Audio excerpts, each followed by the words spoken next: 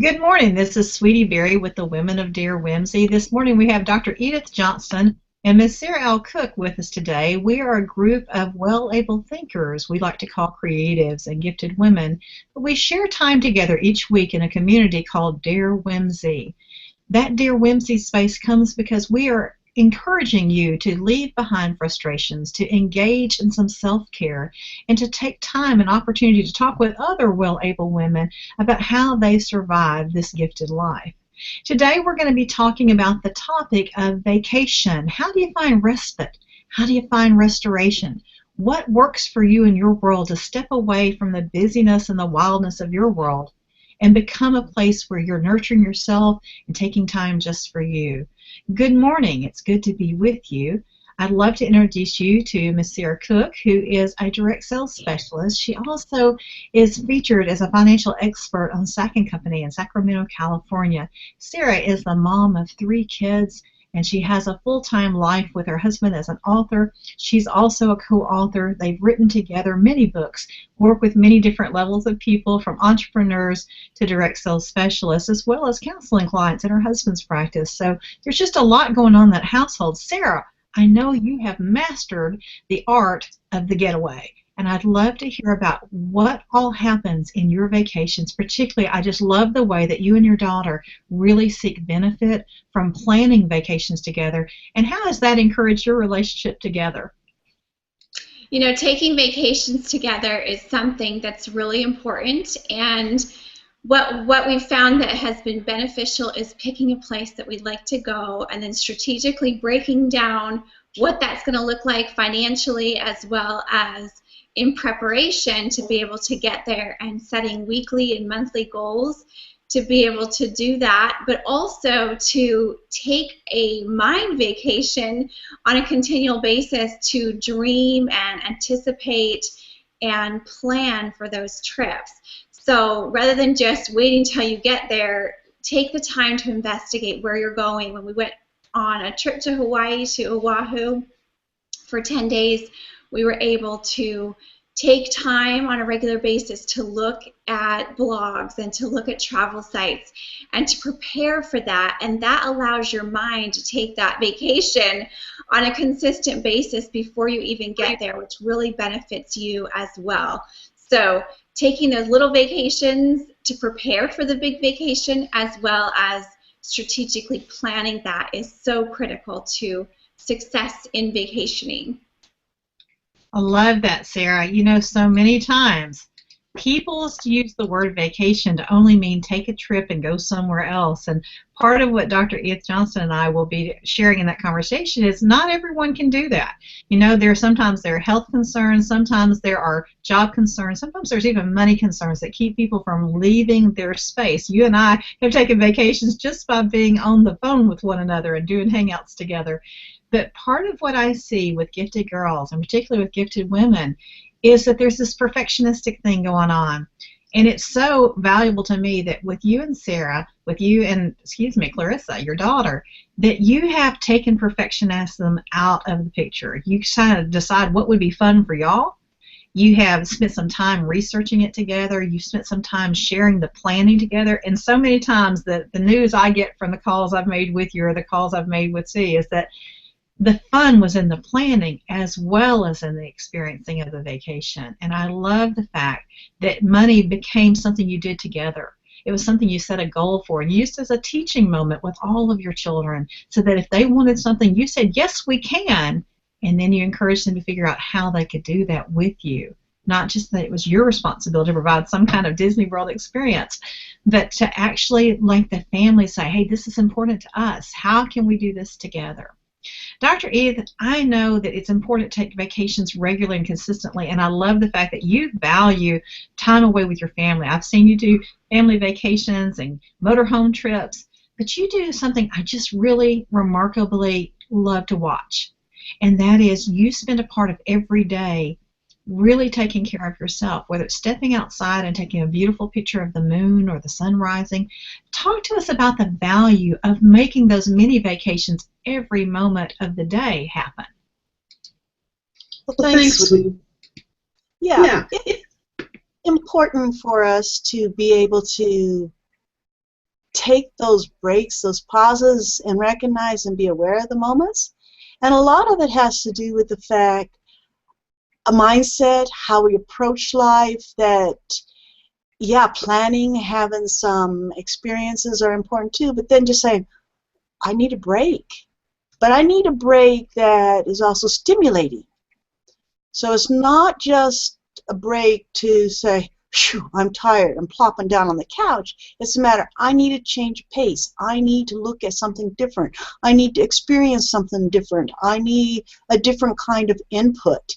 It doesn't have to be fancy. It doesn't have to be major. And as you were saying, sweetie, one of the things I do is if I catch the light coming through the window in a different way, I go to see how that's affecting the environment around me so that I can see, oh, let's see if I can capture that. Now, I'm not a photographer, but I enjoy thoroughly trying to capture the light at the moment, because that also brings my mind to the point of going, what's the beauty here?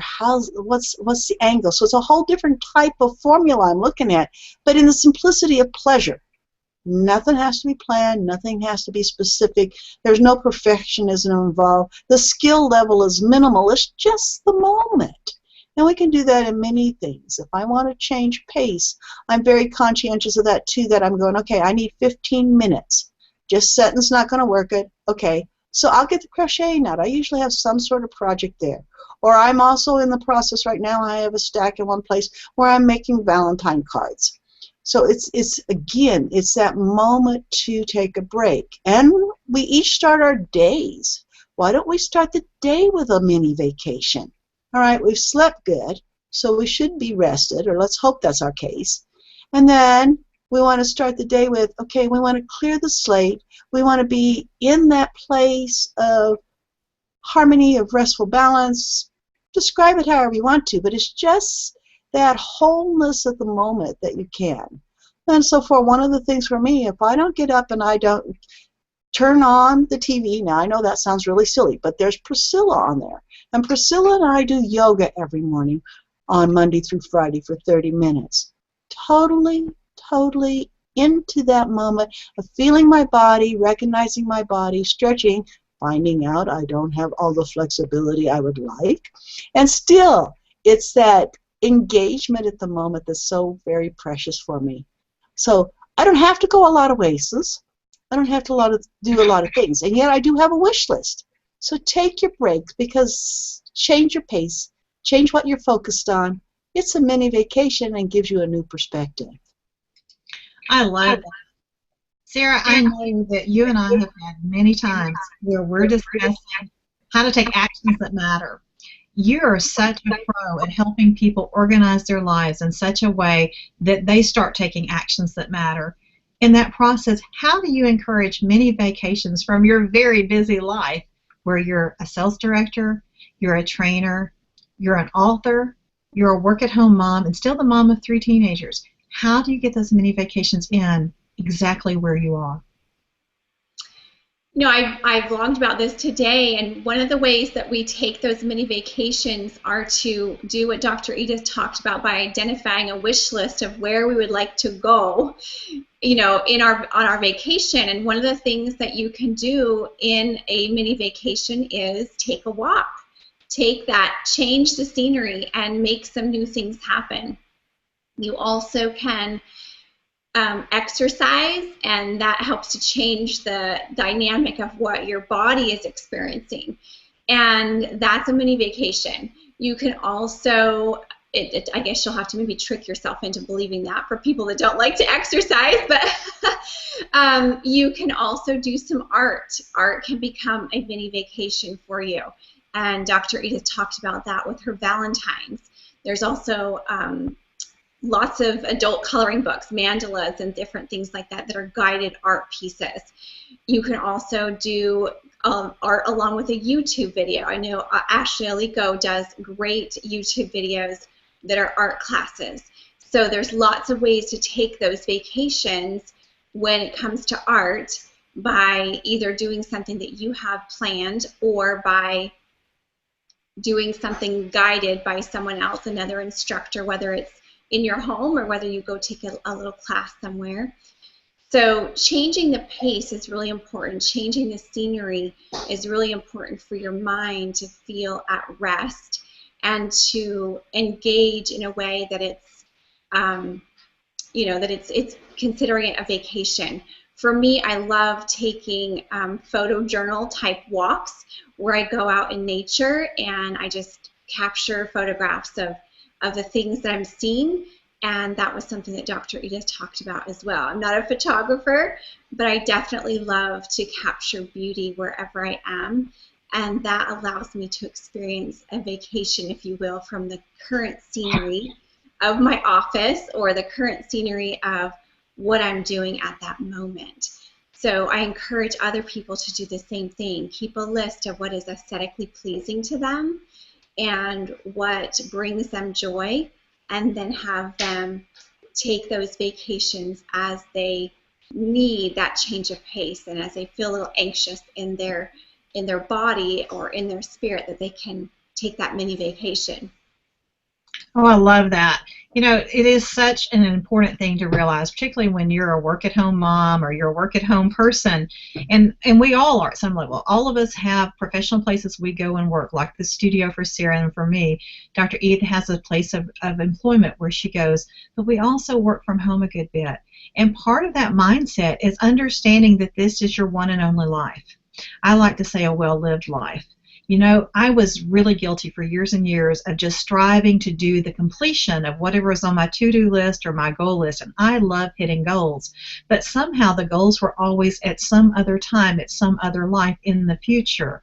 And as I've matured, I've recognized that those goals are important to hit, and I love hitting them, and they're very fun to go and achieve. But if I'm not enjoying this day, every day, I am wasting a whole lot of very important time in my life. Part of what I'm so embracing at this age is that life is fleeting.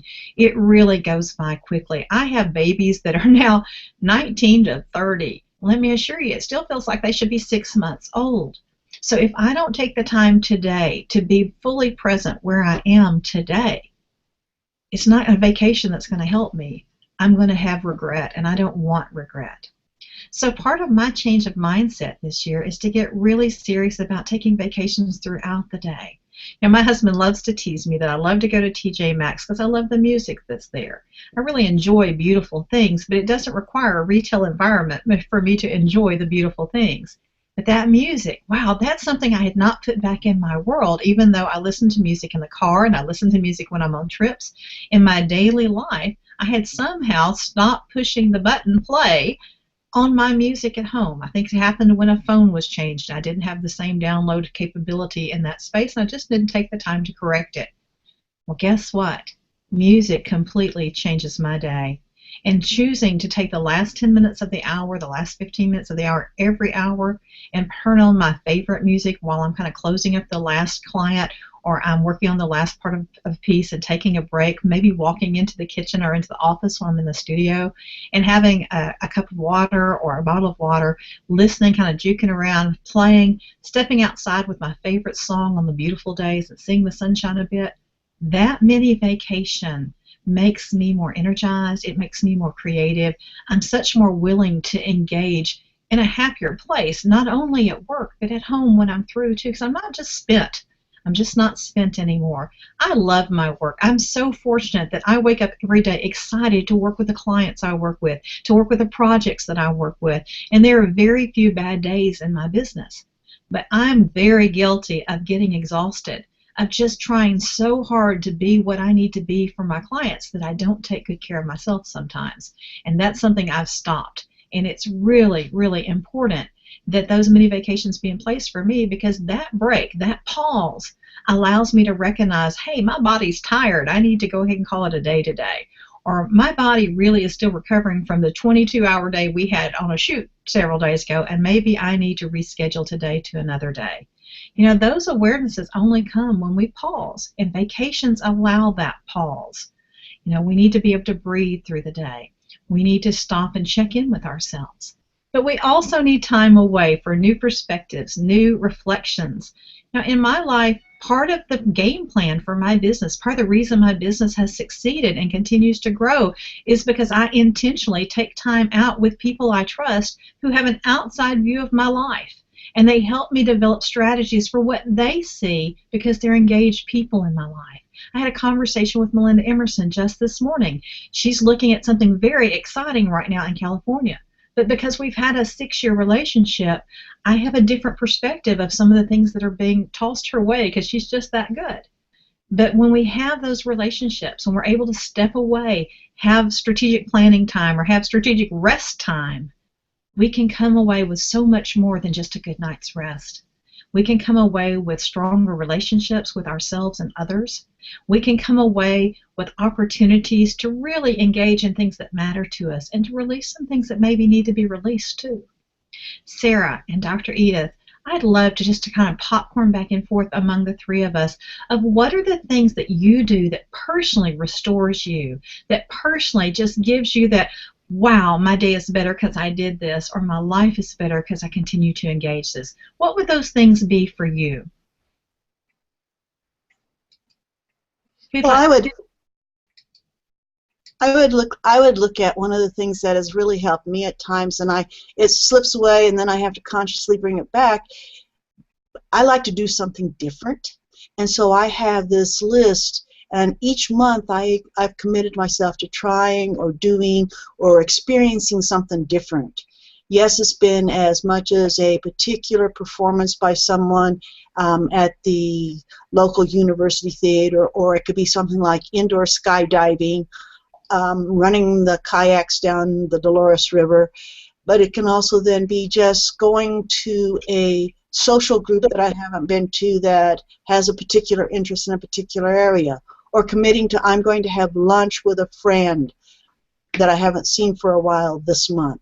But that having a focus each month to do something different or something I haven't done for a while really helps give me a new perspective, and it's always something, not always, but most of the time, something really simple. And then if it's like otherwise, then I work with, like Sarah says, I plan it ahead of time and engage all those that are going to be involved with me. What about you, Sarah?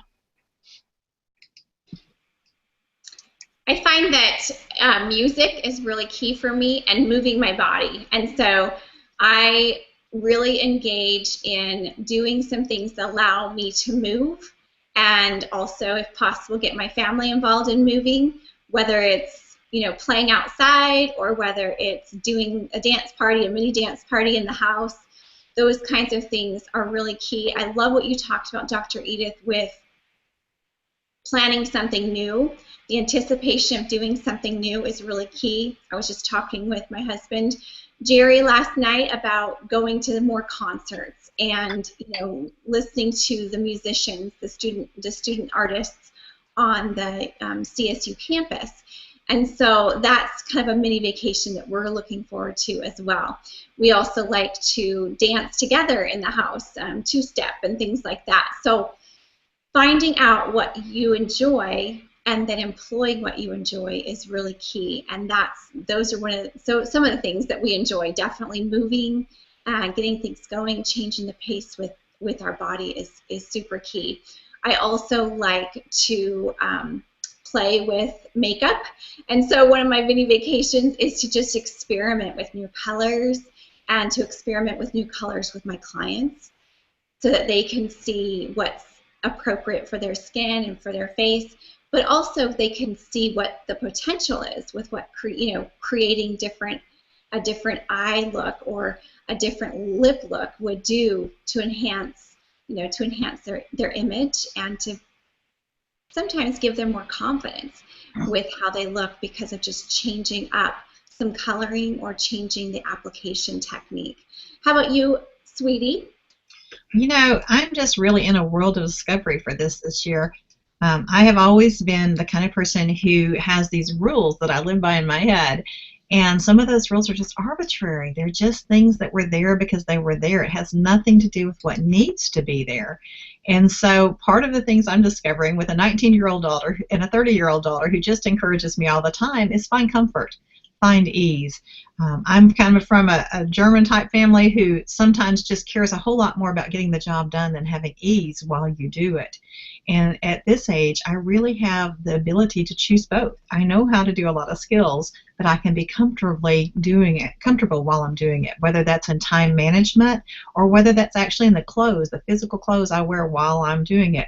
You know, I grew up in the 80s, and that meant that you were in heels and hose and a suit and a shirt and a tie. That kind of apparel was what a woman in business wore. And now we have beautiful clothes that are still professional, but they're much softer to wear. They're much more comfortable to wear. But often I was choosing things that mimicked what I grew up with in my 20s, 30s, and 40s. And I am really embracing this year that I can wear things that are still professional, but are comfortable to me and that reflect more of who I am when I'm out in the public. I am a creative. My husband says that when I show up in a suit, it's false advertising. And part of my vacation is not waiting until my vacation to dress as me, to wear more of the creative clothes that I enjoy and to make my own clothes again that I enjoy wearing, do some painting and dyeing of things that I love doing. But part of it is also those lists. Sarah, you and I have been through many miles together, and I remember the days when we would say, what can I do for 15 minutes that would be fun? And you and I would kind of go, duh, because we were so used to being work driven, we didn't even have a parameter of where is fun in our day. And now I keep a list in I call it a joyful book. I have a joyful book that sits on my desk that has some 5-minute, 10-minute, 15 minutes, afternoon, 2-day, 3-day, 4-day ideas of what I've really loved doing or what I'd love to do, so that when my brain gets dry for fun, I can flip to the list and something out of that stack every time just appeals to me, whether it's blowing bubbles outside or whether it's taking a scenic drive across North Tennessee, or whether it's calling my friend Sarah and both of us going and finding a hotel room in our different states and spending the time gabbing on the phone at Google+. We've certainly done that, haven't we, girl? But it's just finding the ways that nurture yourself. Vacation is really about that. It's taking a pause. It's taking that ease into your life and learning to just be, to turn off work, to turn off deadlines, to turn off the demands of everyday life, and to rest your body, mind, and soul, and also to take time for you. And that can happen 5 minutes every hour, or it can happen 5 days of every year. It really is important to do both. Dr. Edith, tell us some of the signs that happen when people are not taking vacations and getting that rest, but what are some of the things that start breaking down in our psyche when we don't back away from that hyper focus so many times gifted girls do? Well, that hyper focus, and that we look at many a times overwhelm. Overwhelm usually will be translated many a times in our culture to anxiety. It also can actually go to the point of being depression because you can't see that you're accomplishing anything, that you're in a rut, that you don't have any value because you aren't excelling. Anxiety because the fact that you're trying to do too many things and you don't have time to take a break. You know you need a break, but you can't. So you have that. But you also have the whole factor of exhaustion then, and not being able to think straight, not to be able to concentrate. So the whole pacing thing, we've talked about the pause, we're talking about mini vacations. They're very important for our survival, because if we aren't pacing it, then we don't have the energy or the ability to actually engage in those things that we really want to be productive in, want to be part of. We're not our own person. We're not doing what we see the standards we would like to engage in life in general, whether it's our relationships and family or friends, relationship with ourselves. Those are falling apart. There's a lot of tension there because the energy is not smooth flowing. It's not coming with the comfort or the ease that Sweetie was talking about. It doesn't have the strategy of excitement of engagement together for planning and sorting and choosing and looking forward to that Sarah was talking about. So you look at the fact that, well, I'm either depressed, I'm really, really anxious, I have panic attacks, I'm totally exhausted, I can't think straight, I'm not able to focus, because we haven't deliberately taken time to just enjoy the moment. And that's with our music, with our dancing, with our walks outside, with the trip to a different part of the world, whether that be 5 miles down the road or clear across the country.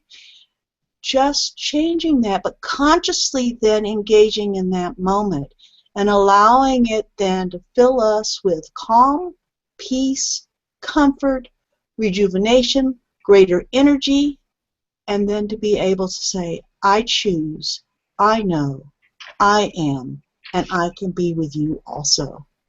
Sarah, what would you add for us?